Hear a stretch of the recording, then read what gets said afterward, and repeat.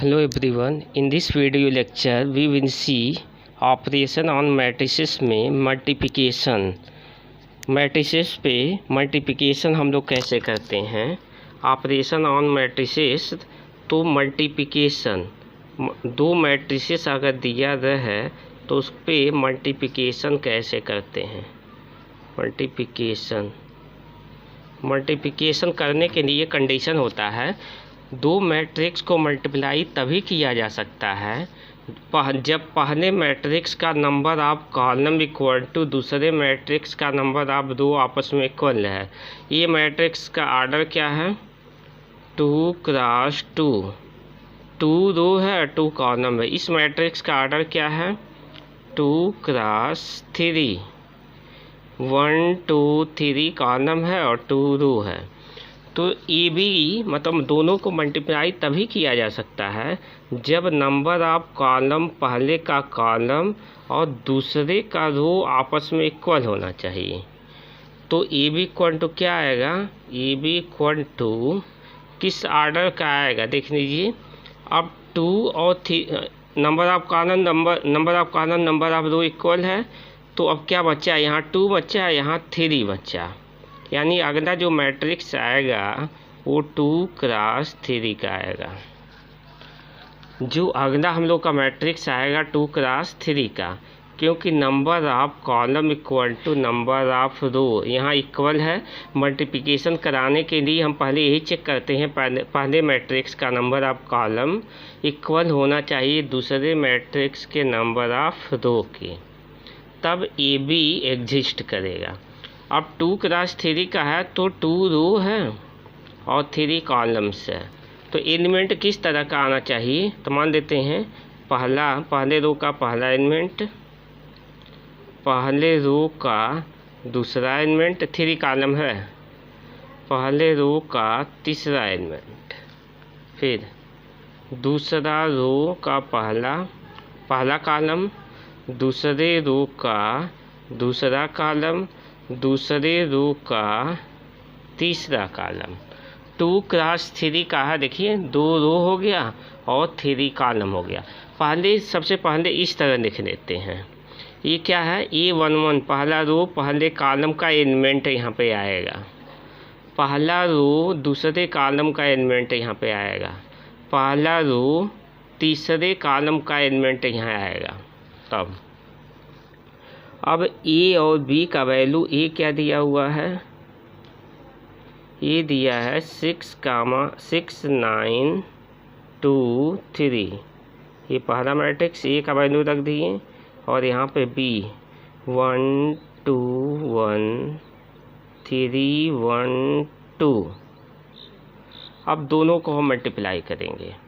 Multiply करने के लिए जो ये लिखे हैं A11, ये बहुत हेल्प करेगा, यही बताएगा कि कैसे हमको मल्टीप्लाई करना है।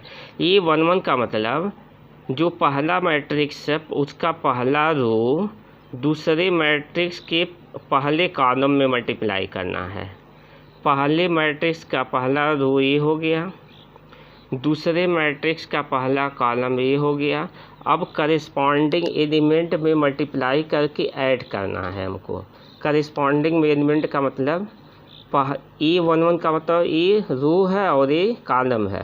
पहले मैट्रिक्स का ये रो है, दूसरे मैट्रिक्स का ये कॉलम है, तो A11 मतलब 6 का मल्टीप्लाई करेंगे 1 में, तो 6 इंटू 1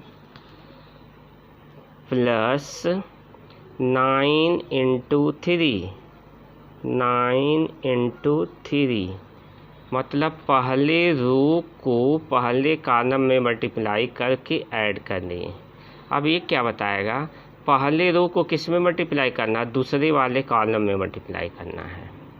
तो मल्टीप्लाई करते हैं 6 into 2 12 plus 9 into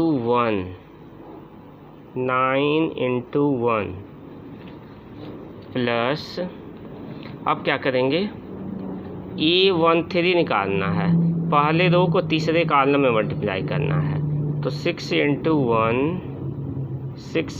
1 plus 9 into 2, 9 into 2। A21 हमको चाहिए, तो दूसरे रो को पहले कॉलम में मल्टीप्लाई करना है, दूसरे रो को पहले कॉलम में मल्टीप्लाई करना है। हमको यही बताएगा कि किसका किस में मल्टीप्लाई करना है। दूसरा रो को पहले कॉलम में 2 into 1 plus 3 into 3, 3 into 3, 2 into 2 plus 3 into 1, 2 into 1 plus 3 into 2। अब बस इसी को सिंप्लीफाई कर लेना है। 6 और 27 कितना हो गया? 33 हुआ। ये 12 इंटू 6 72, 72 में 9 जोड़ेंगे, 72 में 9 जोड़ेंगे क्या आ जाएगा? 81। 6 में 18 जोड़ेंगे 24। 2 और 9, 3 3 जा 9, 11। 4 3 7, 2 और 6 8। किस क्लास का? 2 रो है और 3 कॉलम है, 2 क्रॉस 3 का। यहाँ देखिए 2 क्रॉस 3 का हमको यहाँ पे मैट्रिक्स मिल गया। यही मैट्रिक्स का मल्टीप्लिकेशन है। अब जो भी क्वेश्चन दिया हुआ है हमको इसी मेथड का यूज़ करना है। मैट्रिक्स मल्टीप्लिकेशन में कोई ज़रूरी नहीं है कि ए बी और equal to B A multiply करें तो आपस में इक्वल आए। ये कभी कभी इक्वल आता है, कभी कभी इक्वल नहीं भी आ सकता है। तो A into B not equal to B into A, ये होता है मैट्रिक्स में मल्टीप्लिकेशन में। मैट्रिक्स मल्टीप्लिकेशन में एसोसिएटिव प्रॉपर्टी सेटिस्फाई करता है। एसोसिएटिव प्रॉपर्टी का मतलब ए बी को पहले मल्टीप्लाई करें, बाद में सी का। अब ए को बाहर कर देते हैं बी और सी का, तो एसोसिएटिव प्रॉपर्टी सेटिस्फाई करता है।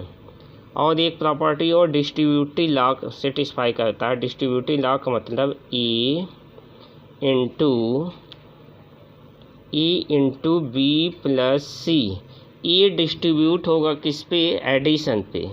तो क्या हो जाएगा? A B plus A C. Matrix multiplication में एसोसिएटिव प्रॉपर्टी सेटिस्फाई किया, डिस्ट्रीब्यूटिव प्रॉपर्टी सेटिस्फाई किया, जबकि commutative property A B not equal to B, ये कभी कभी किसी भी केस में कभी कभी इक्वल आ सकता है। Thank you.